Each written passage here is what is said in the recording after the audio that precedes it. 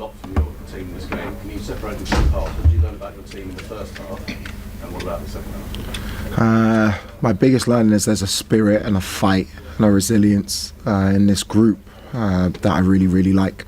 I've demanded from the first day of stepping in, and we haven't had many training sessions, but we spoke about reacting positively to setbacks. We've spoken about reactions to losing the ball, pressing, energy, intensity.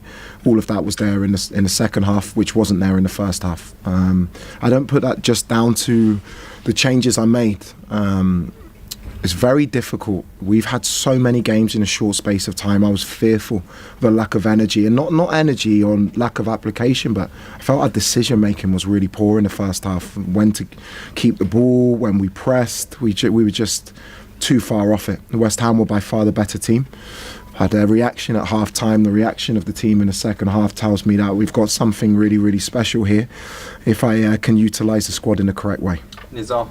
Liam, I just want to follow you up on that. Do you have any concerns with maybe the starting lineup? You made 7 changes from the really good performance at Napoli. Was there any concerns about personnel and maybe making that? No, I think, being honest, I thought individually, collectively, our first half performance was nowhere near the level that it needed to be and should be. But what I won't do, it's easy, right? The individuals came off and then people will look at them. That wasn't on them, it was a collective. There was a collective poor performance in the first half. Those players know with me I make early changes. It doesn't mean that all of a sudden they're out of my thoughts at all. It was just a really lethargic performance in the first half, but the second half was everything I wanted to see. Peter. Liam, this isn't a necessarily new issue with this group. I mean, we think back to when Chelsea beat Barcelona and then drew with Arsenal, and then the next few results they went awry. Is this something you were aware of coming in? I was just wondering, because you did mention before the game, interested in how your team would respond in this game. So is this something you thought about coming in and something that you want to work on with the group? To be in 4 competitions still in February, where you're playing every 3 days, the Champions League, Carabao Cup we have on Tuesday, the Premier League, FA Cup, you need a squad. You need a really, really good squad. I feel I have that just because the first half performance today was really poor. And West Ham, by the way, were very good as well. I have to give them credit. We knew it would be a difficult game. They've won the last 3 in a row. For me, what I need to do is make sure I want to get the first half team right and the second half team right. But I also want to win games. So that's something we'll look at. But hopefully this is a huge breakthrough for the squad. Someone's just told me it's the first time in Premier League history we've won from 2-0 down at home. It's a massive thing to do against a side in good form. So a lot of positives, a lot of things we need to improve. I'm not shying away from that. But to see the heart, the mentality, the spirit of the group and their quality in the second half makes me a very, very happy man. Liam. At half time there was audible discontent from the crowd as well.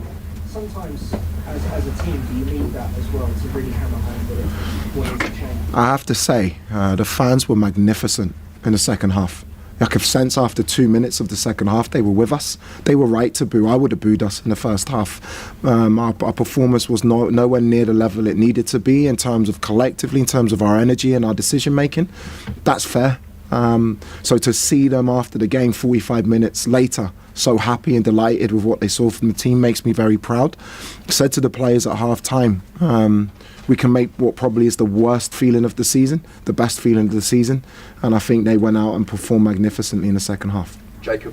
Liam, just on the discontent at half time, there was a lot of talk that Trev Chalobah had some kind of disagreement with someone in the crowd. Were you aware of that?